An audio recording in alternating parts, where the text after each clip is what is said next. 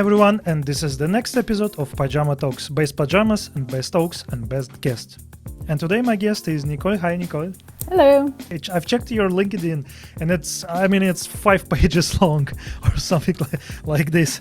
So maybe you can share your experience. How did you start design? And So I originally went to school for graphic design, and the program that I was in was very heavy on design and design theory. I actually didn't learn much of anything about web design or digital design in school. And I ended up working at a small agency based in Sacramento, California. I was there for about 8 years, and I learned everything from designing web mocks to writing front-end code to writing PRDs and FRDs and basically co-running the business with the owner. And I wanted to learn more, so that's where I got to Monster. And once I went to Monster, that was my first entry into a true user experience team and learning about research and making decisions based on qualitative and quantitative data. Monster is a recruiting platform. I built out their first design system that was actually coded into components. And so then I got to a point where I was like, I'm ready to move on from recruiting. What's interesting is I landed in retail at the Gap. And when I was looking for positions, talking with recruiters, I actually had them come to me with a couple of retail positions, and I was like, nah, there are no real problems to solve in retail. I'm good. Like, come back to me with something else. I just didn't see the fit until I was doing a contract gig with a former product manager from Monster. And she knew a friend of a friend who was the head of design and front-end development and photo studio, and said, like, you should talk to Sarah, just see. I was like, all right. And it was really interesting. The problems she presented were really interesting. It's not just e-commerce, it's the entire in-store ecosystem, which at the time was really ripe for reinvention. And I didn't realize until I got in there that basically all retailers, this is circa 2013, all retailers were really trying hard to crack the physical experience, the like digital in the physical environment experience. And they were working with older legacy systems. They were working with companies that were previously brick and mortar, and that's how they made their revenue. And they're working on like trying to figure out how to shift the tech and the consumer behavior in the physical stores. So I started working at Gap, initially focused on e-commerce. So I launched into a redesign of the e-commerce experience across 4 brands because the technical underpinnings are the same, but to consumers, they see Gap, Old Navy, Banana Republic, Athleta, and the company has 3 other brands under their umbrella as well. And so I needed to actually create a new design and advocate for and build a case and start building a design system that actually solves the needs of all of those brands at the same time. Thinking about this retail shops, and from customer perspective, they look kind of like old style, old school, but COVID changed everything. Everyone now has website when you can order something. The journey that many physical stores have gone through started with, how do we reduce the lines in our stores? Lines get really long. But we said, well, we can build applications on, these devices that associates can hold on them. And they can go through and they can do what we call line busting. They can meet with customers and say, hey, cash or credit? If you're credit, come over here. And they could thin the lines out and make the lines go quicker, and customers are happier. And then we built a handful of more applications on those devices that helped the associates in the store from anywhere in the store understand where inventory was. So a customer could walk up and say, I want this shirt, but I can only find it in medium and red, and I'd like it in large and black. And instead of the associate saying, hold on a minute, I'm gonna go run back, and the customer's sitting there waiting, they could look on their device and find it. And that actually entailed a completely different kind of that entailed like service design, that entailed new technology where we had teams go into the stock rooms and actually reorganize the stock rooms, associate barcodes with certain QR codes with product barcodes and location QR codes. I see how many companies, they kind of struggling with this COVID or post-COVID era when they had to jump into this situation in weeks, and it's not possible to do it in weeks, to create a website for your retail store within a week or whole system. And what's interesting about that is, I was explaining the inventory management piece because that's super foundational. One of the things that Gap and all of the other retailers at the time were dealing with were a really legacy code base and inventory management system that, ultimately they end up having two inventory management systems. Here's the inventory that's online, that's at different distribution centers, and here's the inventory that's in the store. And there's definitely some smoke and mirrors that companies had to do at that time to set like thresholds for if a customer wanted to buy something online and pick it up at their store. There's a buffer you have to build, because at any point in time, any customer could come along, take that thing off the shelf, and before you know it, there's a mismatch to what's been offered to the other customer that's coming to pick it up. There's that work. There's also things like self-checkout. My team had been in the store doing like physical experiments with Athleta to figure out all the logistics around if a customer wants to check out by themselves, and it's not as easy as just saying let's just give them an iPad with a scanner. There are like real loss prevention things that companies need to keep into account. Like we weren't able to like just put bags out on the floor, because anyone could come and grab a bag and shove merchandise in and say, "What, I bought this," and just walk out. And then you switched back to the kind of more SaaS things, right? And Dropbox. I was at Gap for roughly 7 years, and I had led every possible experience design there was, and just kind of got to a point where I was like, I feel like I want to learn new things again.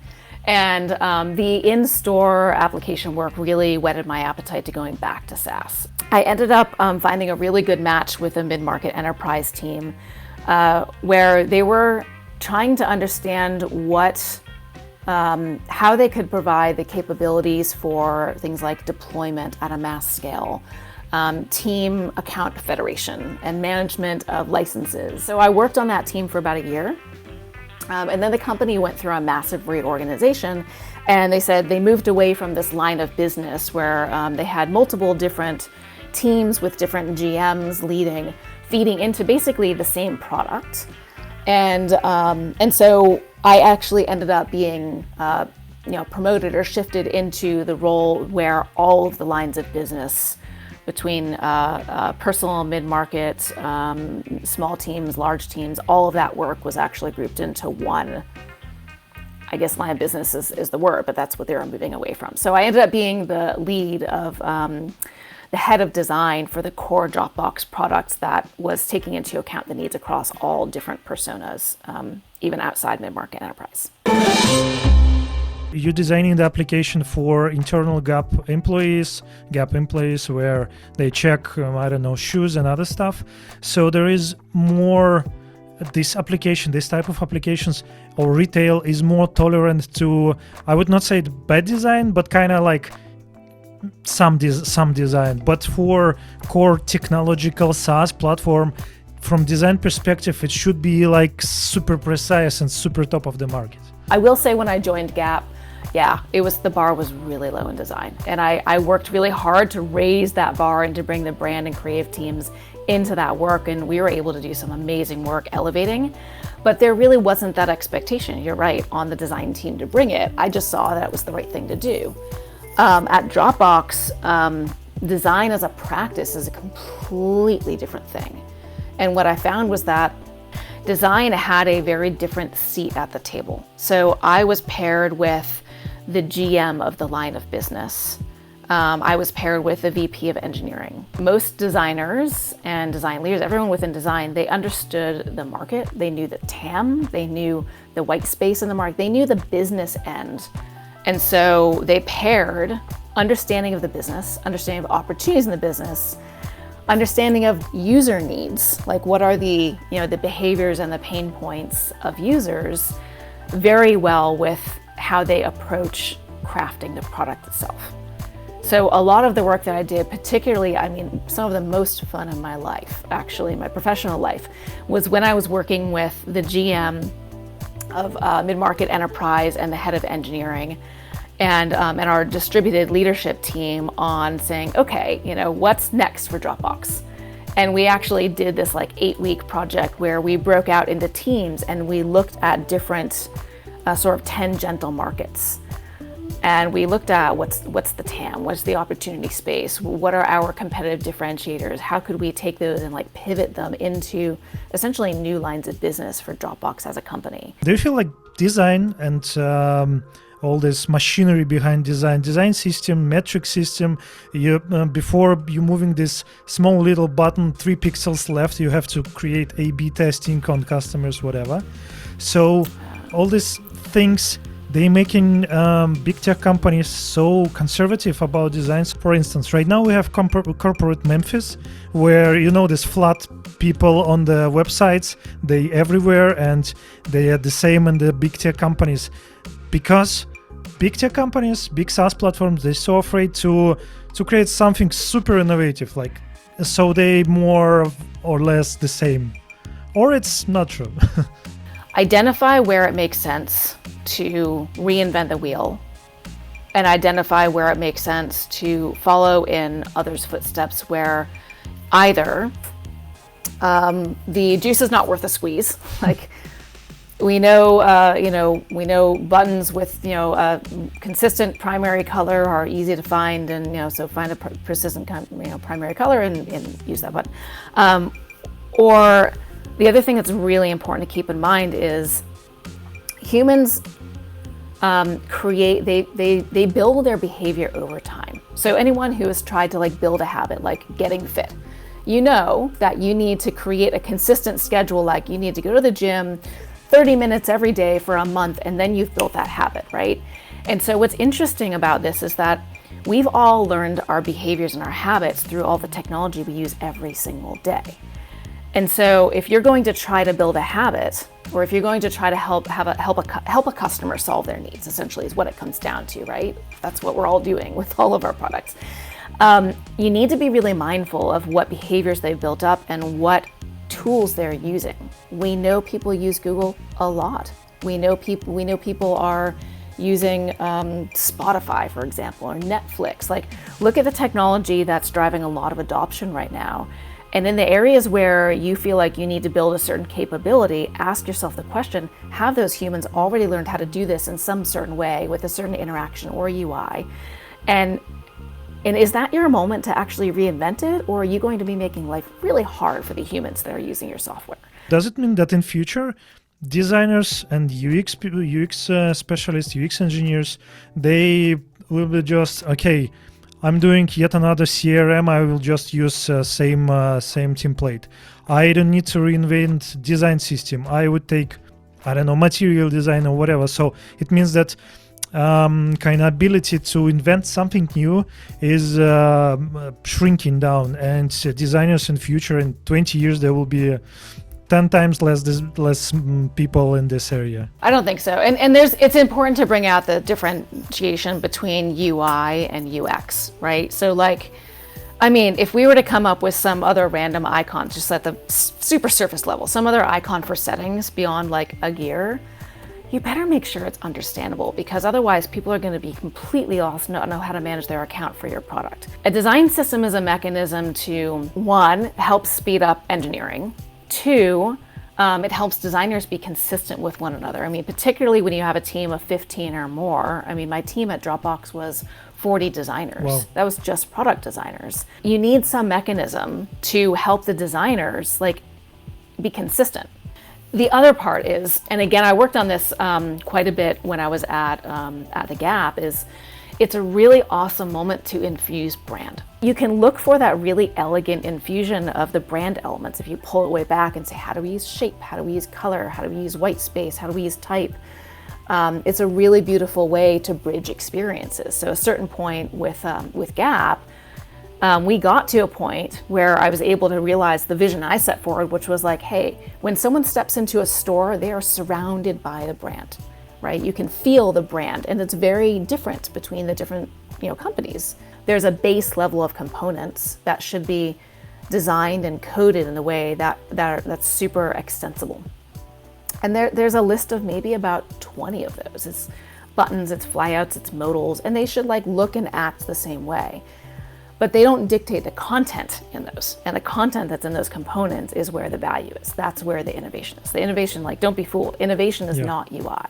And I think there are a lot of folks out there who believe that the delight moments, the innovation moments are in the UI. They're not. It's in the capabilities you offer and how you put them together. What do you think, at what size of the companies should invent design systems? I don't know if it depends necessarily on number of people. I think it actually depends more on what, as a company, you want to do. You get to a point where you're maybe above like 5 to 10 designers, and you do need some mechanism to keep things consistent. There's only so far that like a PDF style guide is going to help you. The other is that, I mean, design system, it's a misnomer. It's totally a misnomer. Design system is 50% code, 50% design. Or actually, I'm going to pivot that a little bit to say it's like 30% code, 30% design, 30% documentation. What do you think? What is the best mix between designers and engineers? For example, should designer learn how to code? I think that there are many different skill sets, and anytime that I've led a team and looked to sort of like grow or fill in any gaps within the team, I like to pull back and look at what are the unique talents and like passions of the team, right? So I could have a designer who's really good at UI and illustration. That's phenomenal. It's pretty rare I have a designer on the team who's also an illustrator, and they can give back to the company and get back, you know, something really awesome for themselves. I see how in many companies and tech companies all around the world, there is kind of like separation. So there are like tech front ends. It's usually people who write JavaScript code, whatever, React components, and designer/CSS. So it's either one guy or lady who does everything like CSS, JavaScript, design, and whatever, or there is a separation. So CSS, if you imagine some scale between tech and design, so JavaScript is more on the left where tech is, and CSS is more and more to the design, or it's, at least I saw it in a couple of companies. On the design team that I created at Gap, I actually created a new role called a creative technologist. The very first person who I had in that role, his name is Johnny, is phenomenal. He actually had a design degree, but like me, he loved design and front end. Taking an engineer who is like full stack or knows back end really well and saying write front end, it's kind of like asking someone who speaks French to start speaking Russian overnight. It's not okay. I'm gonna go on record, I do not believe in full stack. I absolutely don't. I think that there are some unicorns out there, but I think it's really unfair to the individuals and to the company unless the individual says, I like speaking many languages, put me in coach. Cool, fantastic, do that. But I think that most companies actually force that. I was talking with my eng partner at Gap, and said like, look, like we need to. I think it will benefit us to actually have engineering a little closer, or someone who focuses on front end a little closer to act as a liaison between design and engineering. I had a design system manager and design system designers in their own product team. And I had a creative technologist who paired with the engineers in the engineering org. The engineers would work on things like service calls and pipeline, and they would work with Johnny on things like, how do we want to form our code? You know, how do we break down individual pieces of our UI into the right code structure? How small do we break it? What kind of semantic standards do we want to set? The other thing that I think is really important is that someone who knows how to write code, but also understands the nuance of design, will have that same eagle eye that designers have on where if the pixels are showing up in the right place. Big question for like almost everyone who jumped from individual contributor to management. Do you feel that jumping into the management, you're kind of losing this hands-on experience, and in the VP, I suppose in VP of anything, you're kind of losing the, I don't know, at the position of VP of design. Do you actually open Figma or any other thing? I did have some moment in my last role, even as VP, where I did open some Figma. And that was more because at the time we had some work that we wanted to expedite, And we frankly just didn't have enough people. We had a very ambitious roadmap. We were a late stage startup, heading towards IPO, and there was a set of work that we really wanted to get into a good spot before we IPO'd. Within my team, I had directors, I had managers, I had principal designers, I had every level. And I think that the best place for an executive or senior design leader to be is actually to be understanding where is the business now, where is it headed, and to be continually doing that exploration to understand where should we be driving the experience as aligns to the opportunities on the market. But that said, if there's a need and you need to roll up your sleeves and get in there, you should do it. People making crucial decisions for whole company, VP level, it's super high.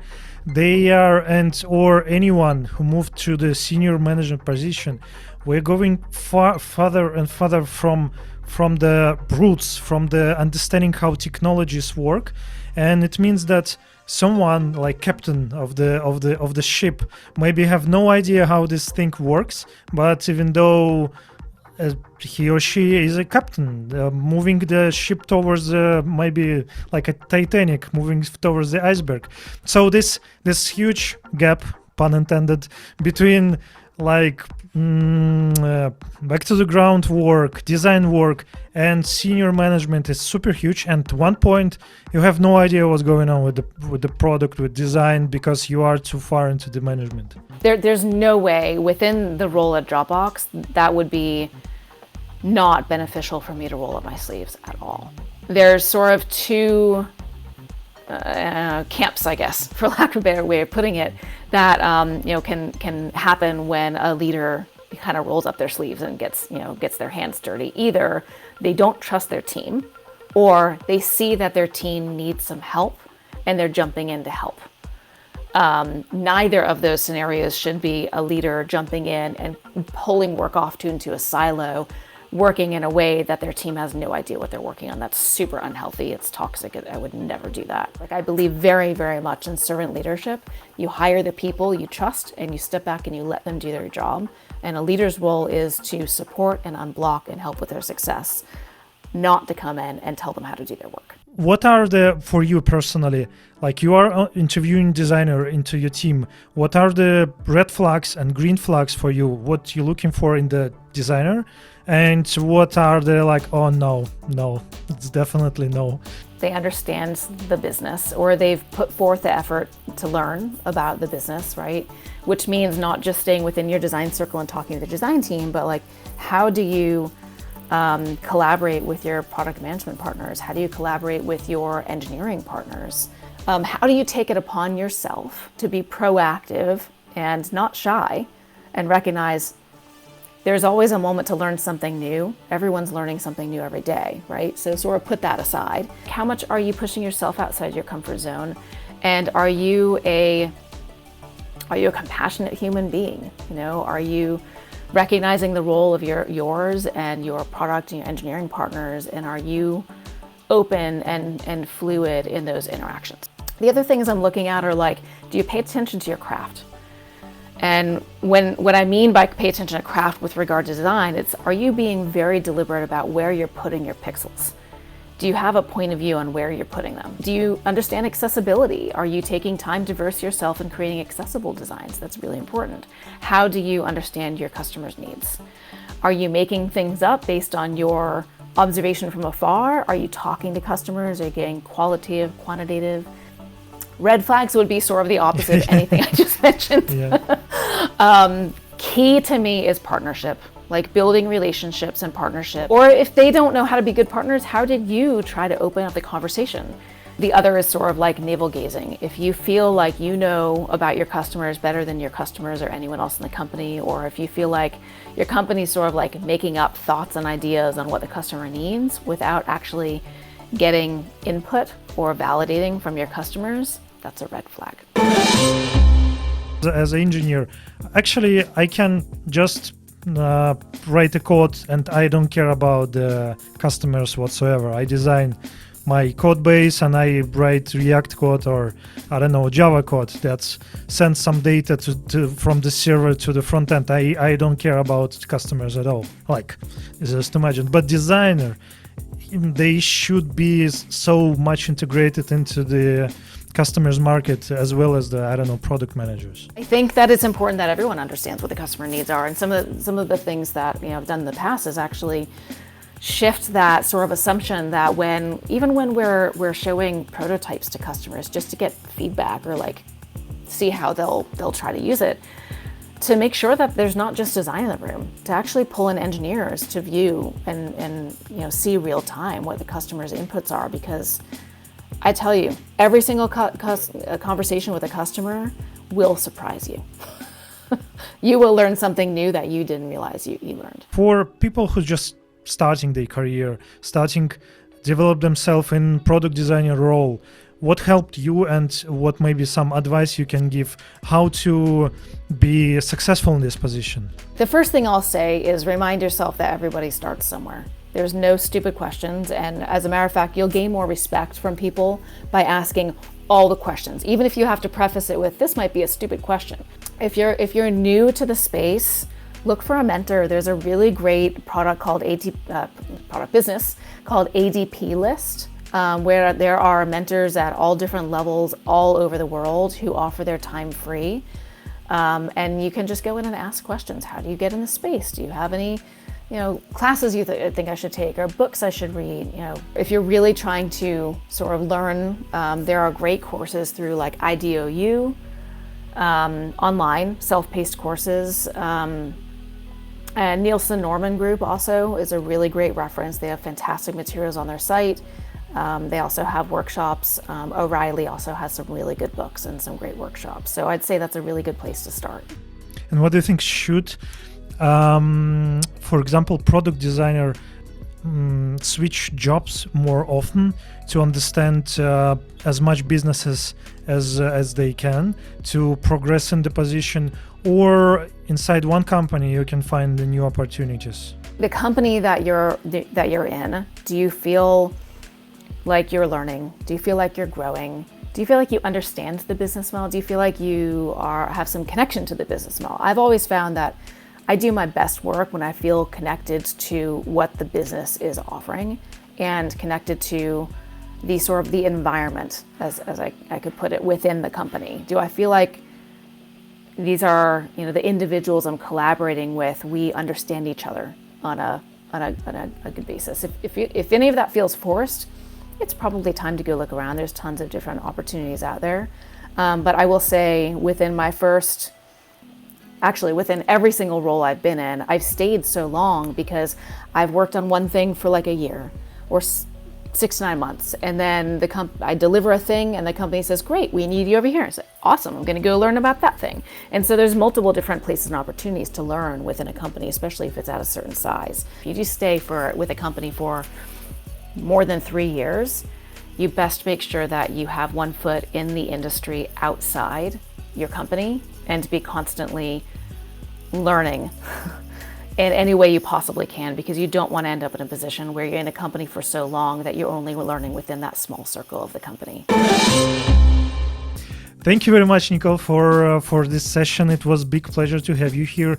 I think it was a really insightful things about design. I'm not a designer myself, but after that maybe I would install Figma on my machine.